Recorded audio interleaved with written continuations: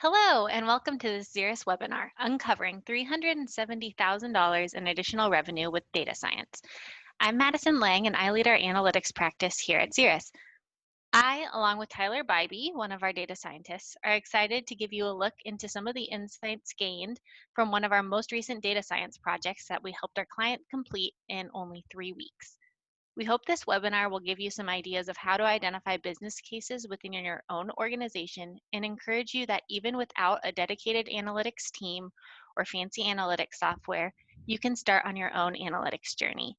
And not just start, but see real monetary returns. Who wouldn't like to have an extra $370,000 in cash right now, right? So with that, let me give you a little background about our client.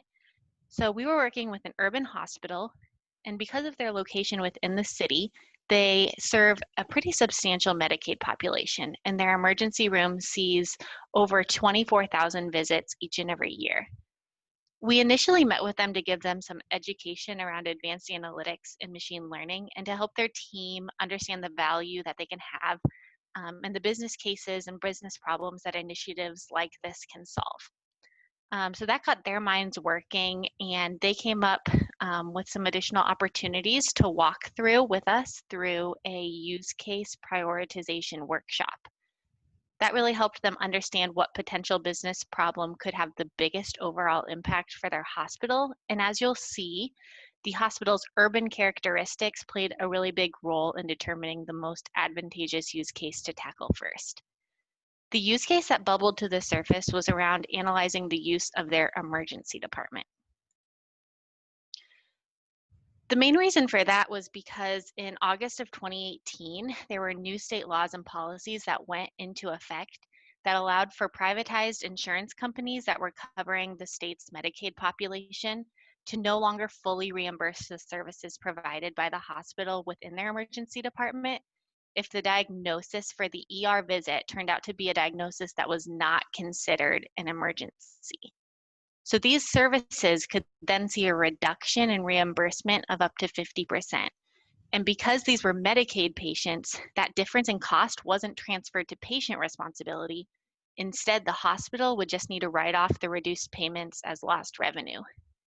As you can see, especially for hospitals serving a substantial Medicaid population, this could get really costly really fast. And so this hospital had now been living with these changes for over a year, and we're wanting to quantify the impact that these changes were having on their bottom line, as well as see if through the analysis of their emergency department data, they could really start to identify ways to minimize the bleeding that they were experiencing.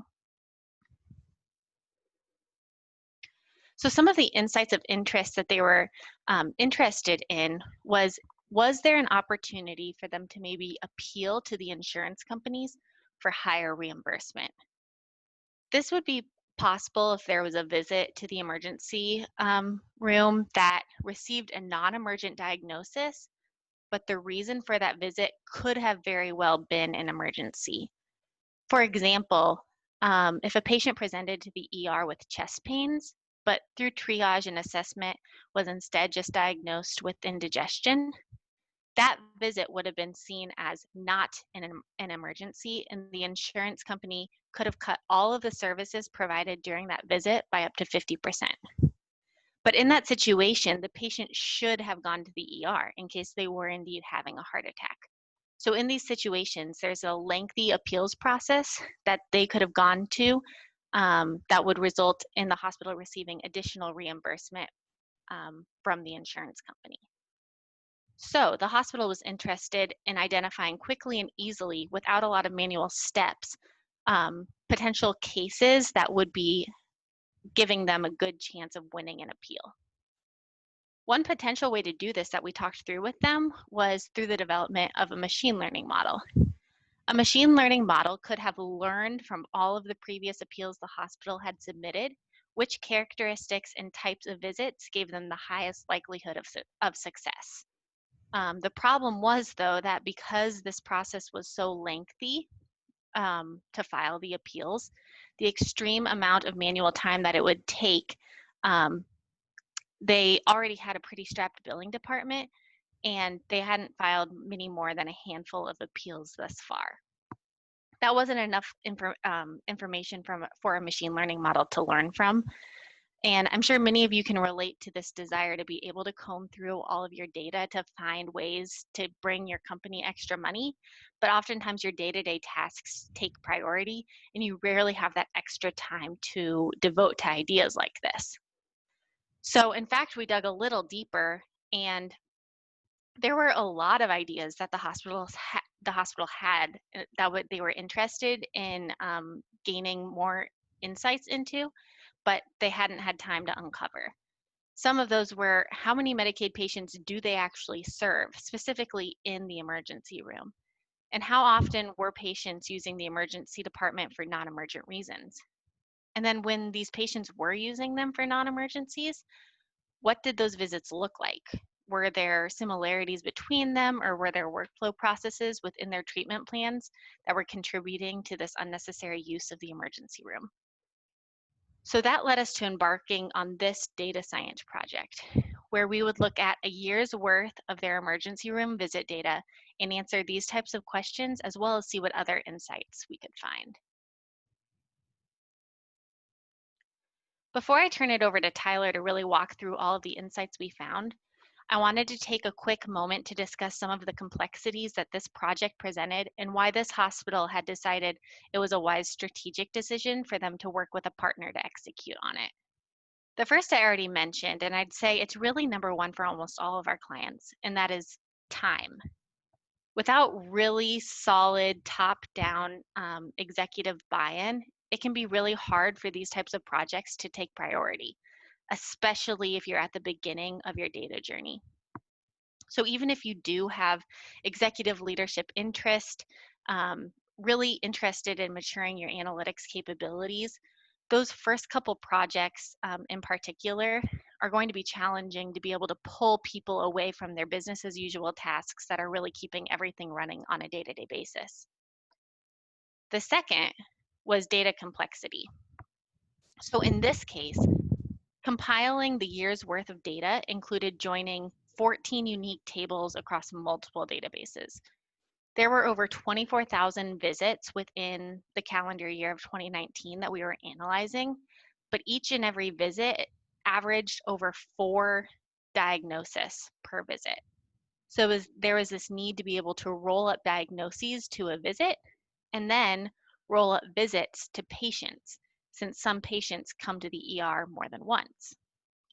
Also, we had to be able to determine if each visit was either an emergency or a non-emergency. So what was determining this? Well, that came down to a list of approved emergent codes that we had to query for each and every diagnosis on each and every visit. The length of that list was over 23,000 diagnoses long. So can you imagine trying to do all of this in Excel, for instance? Well, that was kind of the option that their clinical analysts would have had if they wanted to do it themselves, which brings me to number 3, expertise and skills. So being able to lean on Zirous's team of data scientists meant that they were able to see real tangible results in only 3 weeks without investing a ton of time into training or hiring new resources, and without having to require any upfront investments in tools or products. So with that, I'm going to turn it over to Tyler, who was one of our data scientists on this project, and he'll walk through the insights we uncovered and how we were able to find literally hundreds of thousands of dollars in additional revenue for this client. Yeah, thanks, Madison. This is Tyler Bybee. I'm one of the data scientists at Zirous who worked on this project. So with that, the project was defined as an analysis of 2019 emergency department visits. So they gave us all of their emergency room visit IDs, as well as the diagnosis codes and other information from January 1st to December 31st, 2019. And what we saw was that there were over 24,000 unique visits to the ER that year. So what we were really interested in was understanding how many of those visits were for non-emergent reasons, and what determines if a visit is actually treated as a non-emergent visit. Well, The same Medicaid officials that decided how these hospitals would be reimbursed for Medicaid patients also established lists of appropriate emergent and non-emergent diagnosis codes. So, if the primary or first listed diagnosis for a particular visit is on the approved list of emergent diagnoses, then the whole visit and all of the services and procedures associated with it are classified as part of an emergent visit. If the first diagnosis listed is a member of the set of non-emergent diagnoses, then all services performed for that visit are considered non-emergent and are reimbursed at a lower rate. So, if we look at the 24,000 visits to the ED, 44% or 10,700 were non-emergent, meaning the primary diagnosis code on the visit fell into the set of non-emergent diagnosis codes. Each visit averaged about 4 assigned diagnosis codes. So we were really looking at that primary diagnosis code to determine whether a visit was determined to be emergent or not. What we were really interested in, though, was how this affected the Medicaid population, because that's where insurance companies are able to lower reimbursement rates to the hospital. So out of the 10,700 non-emergent visits, about 5,600 of them were billed to Medicaid insurance providers. So the breadth of this project and how we can really save money is by generally focusing on these 5,600 visits, because these are patients on Medicaid who are in the emergency room for non-emergent reasons. To give you an idea of how big of a potential problem this is, the hospital told us that insurance companies could reduce the reimbursement on these visits by up to 50%. So if we assume for these 5,600 cases, the insurance companies are only reimbursing at 50%, and we know from the data they have an average reimbursement amount of $361, we can calculate that essentially had to write off about $2 million in 2019 that the hospital has to eat. There's no way for the hospital to get any of that money back if the insurance company does not pay for it. So if we look at the 5,599 non-emergent Medicaid visits, when we did our initial drill down, we found that many of these visits have at least one diagnosis code that was emergent. The team we were working with at the hospital confirmed that only the first listed diagnosis was used in determining if a diagnosis was emergent or not. So they thought it would be really interesting to know how many cases there were in which the primary diagnosis code was non-emergent, but the second listed diagnosis was emergent. So we looked into that. Of those 5,600 visits, 1,946 of them had an emergent diagnosis somewhere in their list of diagnoses, and remarkably, 1,424 of them had an emergent diagnosis as the second listed diagnosis, 25%. So what does this mean? We wanted a better idea of what was happening in these cases. So here's an example of a patient going to the emergency room with a complaint of chest pain, and here is what she was diagnosed with. The first diagnosis listed was not emergent, and that is just other specified diseases and conditions complicating pregnancy. So what we have is a pregnant woman who went to the emergency room primarily for reasons that are not deemed an emergency according to the new regulation. So that means right away that this whole visit is classified as non-emergent and will be reimbursed at a lower rate. However, if we look at the rest of the diagnoses assigned, we can see that the second diagnosis is chest pain, which is emergent, and then a few other emergent diagnoses like right upper quadrant pain and epigastric pain. And finally, we see that she was suffering from carbon monoxide poisoning. So this is a really good example of the type of situation that would be valuable for them to review in a real-time dashboard. The hospital was only reimbursed 17% of what they charged to insurance for this visit. So, getting back to some of the dollar amounts we talked about earlier. Here, we can see if we look at Medicaid patients visiting the ER with emergent diagnoses, the average amount charged to Medicaid is $2,500, and the average amount paid by Medicaid is about $750, which works out to a 29.7% reimbursement rate. But then, If we look at all of the non-emergent cases, the 5,600 of them that we spoke about, we can see that the average amount charged is about $1,700, which makes sense. If someone goes to the emergency room for something that isn't an emergency, it will cost less to be treated, and there will be fewer charges associated with it. However, we also see that they are reimbursed $360 out of that 1,700. It works out to an effective reimbursement rate of 21.1%, much lower than for emergency visits. If we take this $361, which is about half of what they should be getting reimbursed, we can multiply that by the 5,600 non-emergent visits, which works out to the $2.02 million we spoke about earlier that the hospital just has to write off.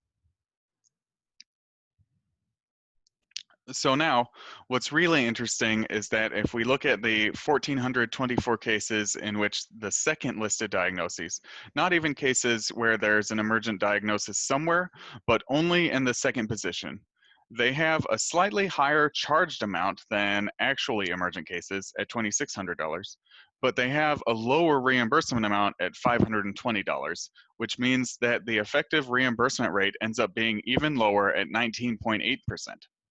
So it ends up being that in cases that actually should be emergent, they are getting significantly less than they should be getting at 29.7%. So what we did was upgrade the reimbursement rate from 19.8 to 29.7%. That would increase the $520 to $780 of reimbursement, which is a difference of $260. We can take that $260 times 1,424 patients, and we end up with over $370,000 of recouped revenue that they should be getting and that they could be getting back. When we presented these findings to the hospital, they couldn't believe how much money was being left on the table, and they thought all of our analysis made total sense. Obviously, assuming that you could switch the primary and secondary diagnosis on all 1,400 of these visits and appeal them isn't very realistic, but they said most of the time they could easily be switched. They saw this as not only a case of additional revenue, but also as a chance to work with billers to place the emergent code as the primary code where possible, which is why a lot of our recommendations were to help them implement systems to do this more proactively, rather than having to appeal previously submitted claims. So before we continue on with some more cool insights from Tyler, I think this might be a good place to pause and remember that obviously uncovering $370,000 is awesome, but let's not forget that when we first started this project, the hospital wasn't even aware that they had so many of these instances of visits with a primary non-emergent diagnosis, but a secondary emergent diagnosis. That all just was revealed throughout the course of the analysis that we completed. So that brings up an interesting discussion, I think worth mentioning, about what is really different between a data science project that we completed here and a machine learning project. We look at this as there kind of being different end goals for each, and then different methods for achieving those goals. So let's start with data science projects. With data science projects, the goal is to really turn data into useful information. Everyone has a lot of data today, but turning it into something that you can use can be rather challenging. It's amazing that the new insights and information you can gain from the data if you are able to objectively analyze it. Data science allows you to challenge assumptions that may be driving a lot of your decisions today, some of which you might not even be aware of. And as you find these new insights, you'll be able to tell a really powerful story to colleagues, customers, executives, and others about what you should do and why you should do it. On the other side, with machine learning projects, we're really looking to answer a very specific question. That's because a machine learning model is trained on historical data to make a prediction. So what it is trying to predict has to be very clearly defined. Machine learning is a great way to automate tasks that are rather trivial, but maybe add up over time to be very time consuming for humans. So think of things that don't take much time or thought for you to do, but maybe you have to do a lot of. For instance, like maybe determining if each email that comes through should go to your inbox or to your spam folder. You could pretty easily, with just a quick glance, tell if an email was spam or not. But if you had to do this for every single email, that could be very time consuming. So your spam filter is an example of a machine learning model that offloads that manual task. The ways in which we go about executing these two different types of projects is also pretty different. With data science projects, we don't always know exactly what we are looking for at the beginning. So we often start with statistical analysis to understand trends or characteristics of your data, such as counts and distributions. We want to ask a lot of questions of the data and then statistically question that data to answer those questions. So, understanding your business and using your domain expertise is really key when we look to define those insightful questions we can ask. With machine learning, once we have that clear question defined to predict off of, the majority of the time is spent on data preparation tasks, like feature engineering, which is formulating the various columns within your data into a format that machine learning algorithms can process and learn from. As the algorithm encounters all of your data, you can tune a lot of various parameters of that algorithm to increase the accuracy of your model. Getting this right can take time and multiple iterations and maybe including or excluding more and more data. But just as with data science, that also takes time to really find impactful insights.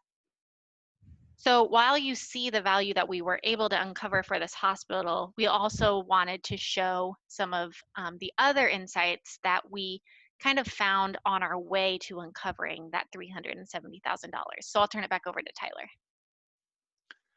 Thanks. I'll now get into some more points of interest we found in this data science project.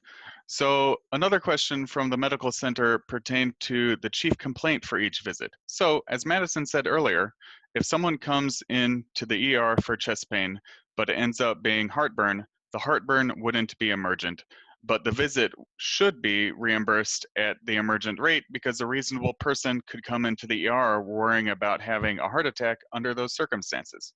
So we drilled down into complaints that resulted in emergent diagnoses. From this chart, you can see complaints which result in emergent diagnoses most of the time. For example, if we look at overdose, we can see it results in emergent diagnosis about 80% of the time, which makes sense. If someone is overdosing, they should go to the ER. However, it also means that 20% of the time, someone comes to the ER overdosing and doesn't receive an emergent diagnosis, and the hospital would be getting reimbursed at a lower rate for it.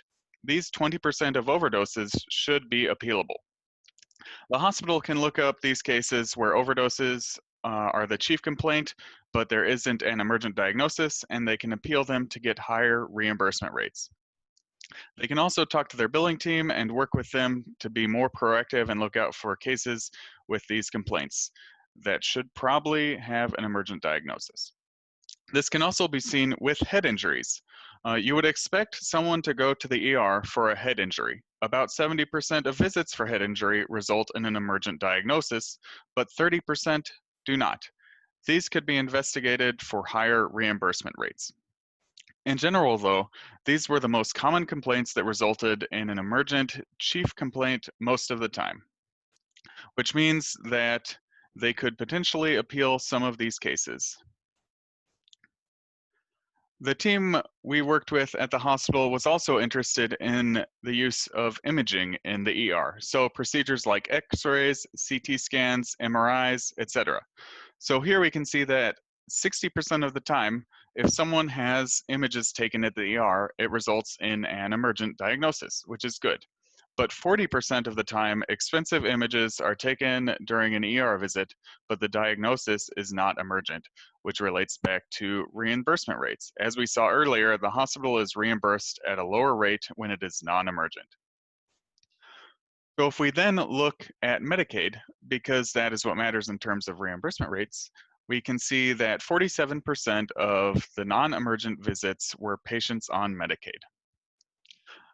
So now we can see a breakdown of what types of images were taken for non-emergent Medicaid visits, and the hospital thought this was really strange because they couldn't believe someone would be given a mammogram, MM, or a PET scan from the ER, then that it wasn't an emergency, but they still required those scans. But, but mainly, we can see that across 1,600 visits, about 2,400 images were taken. And when we look at the cost breakdown, we can see the average charge is $3,400, which makes sense. Imaging is expensive, so the average visit will cost more, but the average reimbursement rate is 17.8%. So it's a lot more expensive to have an ER visit that involves imaging, and they also get a lot less reimbursement. It works out to costing twice as much for an emergent visit with an imaging instance than without. And they get reimbursed at a rate 3.5% lower than the average reimbursement rate for non-emergent visits. Again, the hospital was astonished by the amount of additional costs and reduction in reimbursement for these types of visits. Additionally, we analyzed the usage of the ED by their patients. Some of the aspects of this that the hospital were interested in were things like who were the highest utilizing patients or frequent visitors, what percentage of their high utilizers were on Medicaid, and what are the reasons their high utilizers are visiting the ER. So overall, we found that there were 14,800 unique patients that visited the ER in 2019, and of those 14,000 patients, 594 of them had visited the ER more than 3 times within any 30-day window. These 594 patients accounted for 3,600 visits. So 4% of the patients who went to the ER in 2019 accounted for 15% of all of the visits to the ER. As part of the deep dive into high utilizers, we looked into why they were visiting the ED, and we found things like psychological reasons, shortness of breath, and suicidal thoughts were some of the reasons people were frequently visiting the ER. We also, as part of our drill down, found that a lot of the diagnoses that frequent visitors receive are actually emergent. These are the gray bars here. So it isn't unjustified for them to come to the ER. However, the most frequent reason that a high utilizer is in the ER is for unspecified anxiety, which is not emergent. So those were the findings of the data science project that we presented to the local hospital. As you saw, some of them are immediately actionable, while others provide useful insights into usage of the emergency department. With that, I'll hand it back to Madison for how you can get started with data science and machine learning. Thanks, Tyler. So we hope that this has gotten you excited about maybe some potential data science projects at your own organization. If you've been contemplating if bringing in some outside consulting resources to jumpstart your initiatives, we have a lot of no pressure offerings that allow you to get to know us a little better and see if we'd be a good fit to come alongside of you and your team. So the first is a free education session we call Machine Learning and Muffins, because we do in fact bring you muffins and breakfast to your team and give them an overview of what machine learning is and how to spot great use cases for it within your organization and how to get started. Next, we can also lead you through a use case brainstorming workshop. And this was the same workshop that we helped this hospital go through to help identify the best use case for them. So we'd help you identify the best idea to move forward with for a machine learning or maybe a data science project. And then, as we did for this hospital as well, we can scope out a Spark engagement to unleash our analysts on some of your own data and see what we can uncover in just a matter of weeks. You can check out more information on all the websites listed, or feel free to reach out to Tyler and myself, and we can set up a phone call to answer any questions or discuss anything further. So with that, I want to thank you all so much for tuning in. Feel free to reach out with any questions, thoughts, or suggestions. We appreciate your time, and I hope you have a great rest of your day.